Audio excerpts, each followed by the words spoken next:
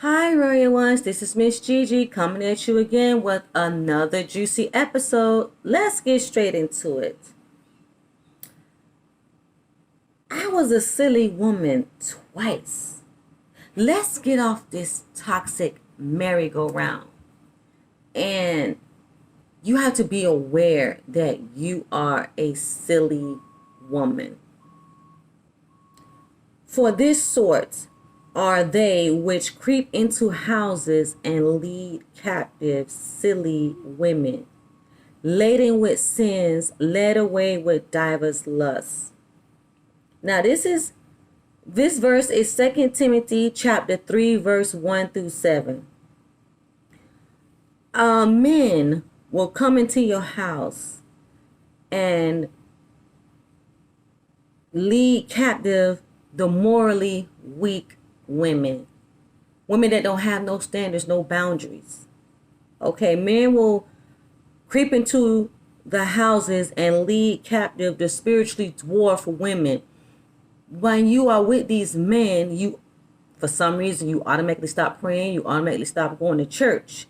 These men will creep into houses and lead captive idle women. You gossip all the time and you just full of this world stuff that's going on other than paying attention to, the signs of the red flags. You just so idle and just so glad you got a man that you just ain't, you ain't really focused.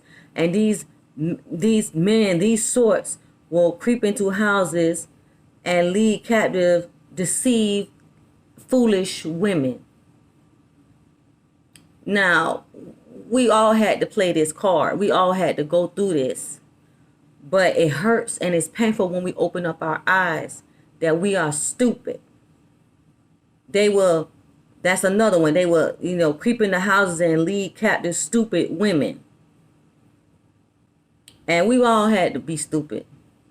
We all been there. They will, creep into houses and lead captive gullible women. We'll believe anything that they tell us. If it feel like love, sound like love, then we think it's love. They don't really love us. And you just, they lead captive of weak women that can't really defend themselves. When these men come upon you and get in your house, how you get them off of you, how you get them out of your life, because you're too weak to get them off of you and get them out of your life. So they like to do this. These men, they target the nice women. They empath. Oh, she look like she nice. Yeah, I take advantage of her. They creep in the houses and lead captive vulnerable women. Women they think are vulnerable. Women they ain't got nobody. All you got is me. Who else gonna be here for you? That's what they like to assume, that you ain't got nobody else. And without me, where you gonna go? What you gonna do? Who you gonna be with then? Who gonna love you if I leave? These men, they creep in the house and lead captive impulsive women that just, oh my God, he's so fine, he's so sexy, I'm just gonna just impulsively just let him in your life. We all been there. We all done that. They lead captive silly women that's lacking common sense, and common sense ain't so common. And we don't really see the signs. Now, I've been a silly woman twice. I had to repeat the same mistake twice because I didn't learn the lesson the first time. And when you are aware of the signs and the red flags, you can get off this toxic merry-go-round. And because this is making me sick, I'm about to puke. And it hurt and it don't feel good. And I hate that I love you, because loving you is hurting me, is killing me. And we need to be aware. So when a man starts to love bomb you in the beginning of the relationship, he falls madly in love with you. It's been like a week, or it's been like 2 weeks, it's been like 3 weeks. And, he's after something. And 7 signs of what he could be after. A man would want to use you, 1, because of your money. Number 2, he might want to use you because of your resources. Like, it's something that you have that he wants to wrap himself around, that he wants to connect himself to. You might want to, live in your house, drive your car, eat your food. Just, your house might be the resource he out. Number three, you might be connected to influential people. He looking for a come up. Maybe, maybe trying to use you for a come up. Like, oh man, what I got going on, maybe if I connect with her, and then maybe if I learn how she doing it, then I can connect with the people that she doing it, and then I could be her competition too. I could try to take her down with what she doing. Try to take what you do and try to use it against you. Number four, your family might be connected and influential. Maybe you got like a famous actor or actress or football player in your family, and they say, "Oh, wow!" So if I'm connected with her, then everybody will think I'm famous, and then I get recognition, and then influential, and I be connected to her family, and then everybody assume I'm making money. They want to be like a little Hollywood celebrity or what have you. Number five, maybe you the only one that was available. You got to think of that, man. Ain't nobody else available, so she'll do. That's how they think. The woman that they really want is not giving them the time of the day. That is fact. So then there's you, and it's like, that's why. That's why he with you. Number six, you don't look like you're going to be high maintenance to him at all. It's like, okay, I could maintain her on my budget, or she can maintain herself and me, or she the type that'll accept my bare minimum. She'll say, I breadcrumb her, she'll be all right with that. You look like, you ain't going to give him no trouble. You can, I don't have to try too hard with her. These men think like this. And then when a man is love bombing you, he tell you things to make you feel sexy and desired. So once you are aware of these red flags and the way this man is making you feel, you gotta pull apart, back off from this relationship, end it. Look at what you're getting from what he's giving you. What are you like, it's got to be some action more than just words, because like I said, the love bombing, he telling you you're sexy, he telling you you're beautiful, but then is he backing that up with action? Is he backing that up with flowers? Is he backing that up with buying you gifts? Is he backing that up with helping you with the bills? Is he really being a provider? Is he really showing you that he's serious about you, that he loves you, and he's in this thing for the long haul? We gotta be mindful for, if you don't know what you want, you don't know what to look for. So you gotta know what to look for so that you can say, this is what I want, and this is what I'm expecting from you. But you gotta have standards.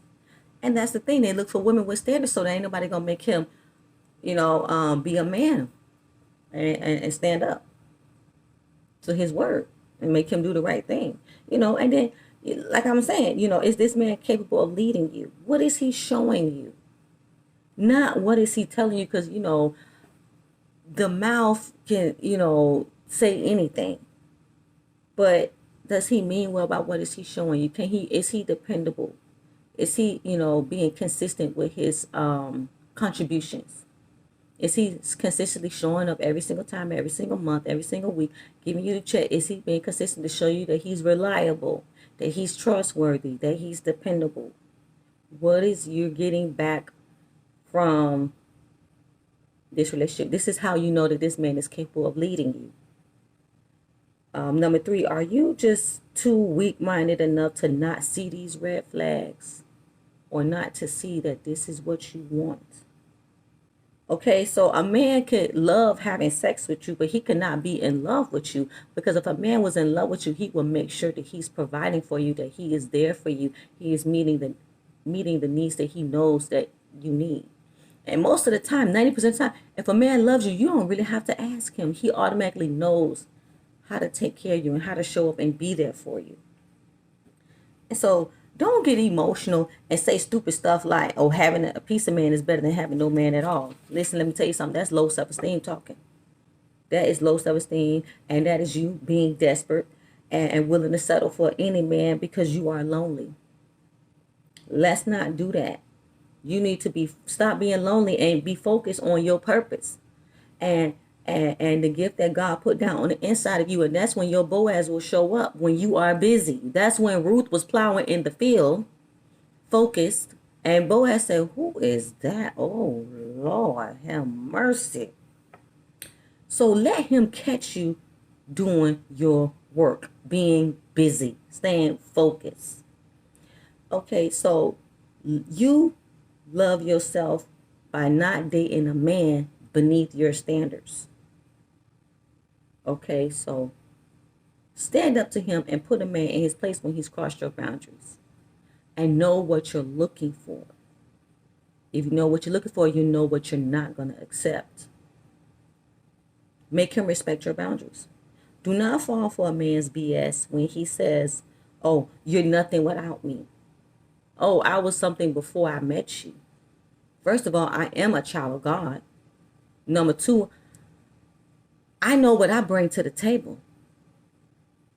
So by him using that manipulation on you, saying what you who gonna love you if I don't love you? God. Number one. Two, I love me.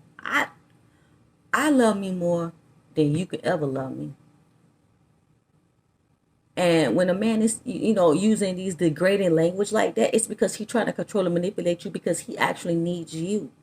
Because if you ever put him out, he going right back to his mama house, or he going to have to find somebody else. Another weak-minded, weak-willed, silly women to fall for his bull crap. A silly woman will allow a man to be consistently inconsistent and then pray for him to change. When a person shows you who they are, believe them the first time.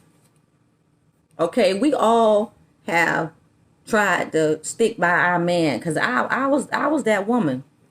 I'm your ride or die. I'm a wait for you to get on your feet, because I'm your woman. I got your back. I love you. But this man, every single day, showing up he was consistently inconsistent. And I'm like, he's like, man, I'm going to find a job. I'm going to find something more. I'll find something more. But this man is, allergic to a 9 to 5. But that's a silly woman. You got to know what you need. So therefore, you know what you don't need. A man want women they can control and manipulate. Don't allow a man to degrade you by using bad language. They control you by putting you down, by tearing down your self-esteem. For some reason, this makes them feel good, by insulting you, by trying to keep you under their thumb. This is not love. This is not love. A man that loves you will pour into you. He comes to heal you. He comes to restore the balance. He will build you up or make you feel so good. Your confidence up on the inside, it will radiate on the outside. You will be glowing.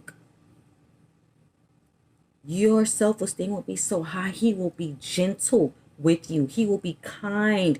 He will be loving. He will be respectful. He will make sure that others respect you. You will meet every member of his family. That means something to him. He will want to meet every member of your family. That means something to him. He will want to do everything necessary to make sure that you have what you need. So that, this reassures you that he loves you. He will be gentle and kind and gentle and kind and having time to your kids, making time for your kids. He will include everybody. Now, this is a family man. He will enjoy spending quality time with you, with everybody. He will be present for the conversation. You ain't got to say, babe, did you hear what I said? He will say, yes, I'm responding to you. He would just be present. You ain't really got to, ask him too many questions in regards to, he would just be looking at you when you speaking. He will look at your eyes. He will look at your mouth when you talk. He will be focused on you. He won't be distracted. He won't be off in another world. He you know what I'm saying? He would just be into you. And He will, like I say, without hesitation, provide for your needs without you asking. You will feel his vibes. And spiritually, you will know deep down inside he's the man for you. It only take a man like 3 or 4 dates to discover if you're the one. It don't take men long at all. I think less than, sometime it take 90 days maybe. But a man will open up to you and he will pour into you emotionally. It will just happen. He'll fall in love with you. And this will reassure you where you're standing. You'll know whether you're in a relationship. You'll know whether you're dating. You'll know. That man will tell you. The definition of insanity is doing the same thing over and over again, expecting a different result. So if this man is constantly degrading you, constantly belittling you, telling you that you ain't this, you ain't that, why you keep showing up for the same, thinking that he gonna change one day when this man already done told you what he thinks of you? Don't make him tell you twice that you ain't, don't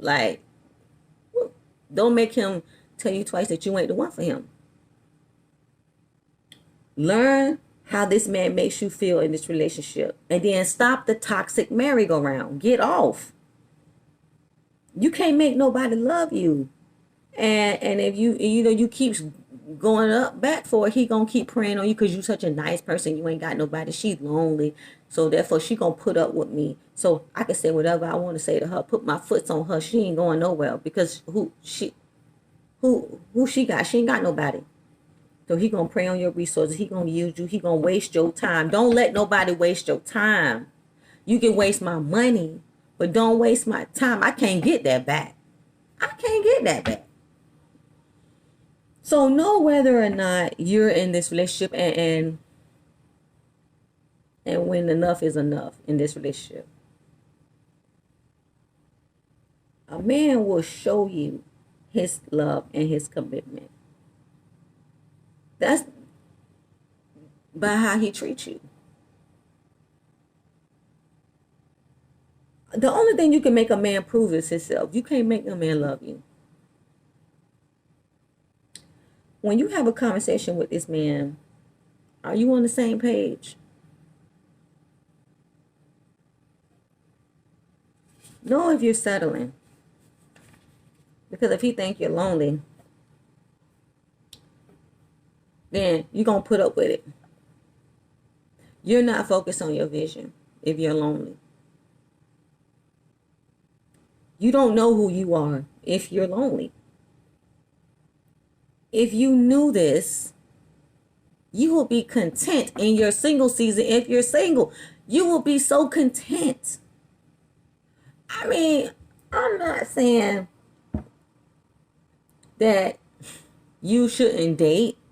I'm saying when you're in between relationships, you should enjoy spending quality time with yourself, pulling yourself up. See, as a silly woman, I did not enjoy, I forgot to spend time with myself in between relationships, in between marriages.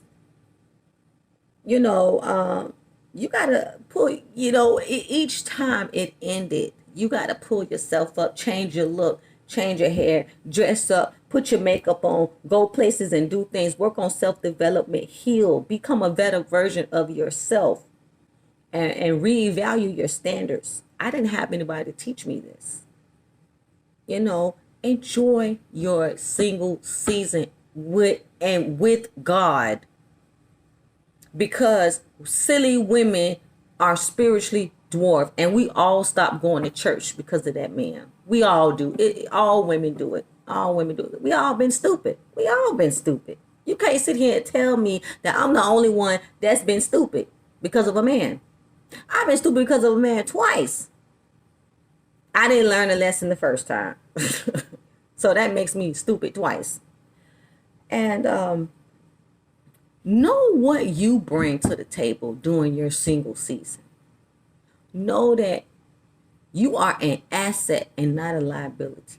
And you need to When they say, tell me something about yourself, you need to embrace that part of you. I'm an asset, baby. What what I bring to the what Gigi brings to the table. Wow. Peace, love, good character. You gotta and embrace that and go with that. And and make that man respect what you bring to the table, your value. And tell him what you are not going to allow. And know the type of man you need and the type of man that's going to fit in your life at this age and this stage. Make sure this man is meeting your needs without difficulty, without hesitation, and without struggle. And it's not necessarily financial. Make sure he's meeting your needs in all areas, mentally, physically, emotionally, financially, and spiritually. He got to be showing up in all areas in order for it to be a complete relationship. But don't wait for a man to complete you. Already be that complete woman. Be that without him. So when he will be an added bonus in your life. I was so silly. In my second marriage, I bought my own wedding rings because this man could not provide. He couldn't buy it. So I said, you know what, babe, don't worry about it. I buy our own rings. I buy our rings. I do it. And I was real proud of it. But then my husband, from that day on, he refused to get a job and contribute to the marriage because I was like, babe, I got it. You can only say that so much for a man, for he'll say, you know what, I ain't got to do shit. I ain't got to do nothing. He stopped contributing to the household. He stopped being present during the marriage, and he was going out every single night with his friends. He barely came home on the weekends because he was like, hey, babe, got it. This occurred for 2 toxic years. I didn't even realize time flew by. I had checked out of the marriage about 6 months. I was like, the first 6 months, I was like, I'm done with this. And, I was over being married. I ignored all the red flags. I didn't learn the lessons the first time. Why you keep showing up for this psychological violence in the name of love? Calling me the B word, stupid, idiot. He was right the first time. I am stupid. Beating me, trying to drag me down a flight of stairs. It was a disaster. The sick part about it is 2 hours later, we had sex. Okay, so it was like I got up after that and cooked dinner. All is well, but deep down inside, I was disgusted with him. And I hated the fact that I loved him. And it was hard for me to get out of this marriage. But that happens when you are a silly woman. I was silly and in love. I didn't make up my mind. I met, when you meet the wrong people, you forgot to discern, use the spirit of discernment. And he did show me, before we got married, these red flags, but I ignored them. So we do conscientiously ignore red flags. Make up your mind in early on when you see that you're going to end this relationship and enforce your boundaries and make sure this man respects you. And I gave him a deadline to get a job. You know what he did? He kept his first check to himself and went out and started partying with his friends. This man was not marriage material. And I had a child, so he wasn't a family man. He was just my sex partner. And that's so embarrassing. And we need to know that these men that treat us like this, that he just our sex partner. He not our husband. That's not your boyfriend, girl. That's your sex partner. He ain't trying to help you. He ain't trying to do nothing. He ain't making no contribution. He just laying around on your couch, girl. That's your sex partner. He just wanted somebody to take care of him. So now, this made me twice bitten, twice shy. So this now I'm filing for divorce on Christmas Day. We all did that. I was lacking in good sense, frivolous, spending all my money on the bills, spending all my money on him, buying him stuff that he need. I was a dang idiot. I was a bird brain. I was a dingbat. I was foolish. I was gullible. But it was just a single season. That was just in my season. That was just a season to be silly. I'm a Proverbs 31 woman. really. And he did not discern this because he was not man enough to see it. He wasn't meant to see it. So, therefore, he missed out on the better, on my journey to the back to me. And I now have my freedom. And the Bible says, he that findeth a wife findeth a good thing and obtain favor from the Lord. Fools miss out on favor from the Lord. That's why when the relationship ends, when the marriage ends, you get better. You feel better. You get healthier. You get stronger. You get your strength back, your focus, your clarity. You get your, relationship back with God. You become stronger, faster, better, because you was only silly for a season. It was only temporary. Because you're only meant to be found by the right husband. So enjoy your single season. Get to know who you are. Go traveling places and focus on you and become a better version of yourself and build yourself up. And it ain't nothing wrong with going to therapy so that you can become a healthier, stronger person, so that you can show up. If you do get married, you'll be a strong wife mentally, physically, emotionally, and financially. And you will keep your husband. You will know how to keep your household together. And this trials did not come to kill you. It came to make you stronger. It had to happen so that God can get glory, so that you can see the true power of the living God that you serve. So know the signs of being a silly woman and know when to get off this toxic merry-go-round. And I pray that this message finds you well. And I pray that you understand and discern and look within and see the mistakes that you made and what you settled for. And that you know that it's time that I should stop. That this is enough. Enough is enough. All right, Royal Ones, let me know what you think about this message, and I pray that this message finds you well. Thank you so much for listening to this message. Don't forget to comment, share, like, and subscribe. Love, hugs, and kisses. Bye.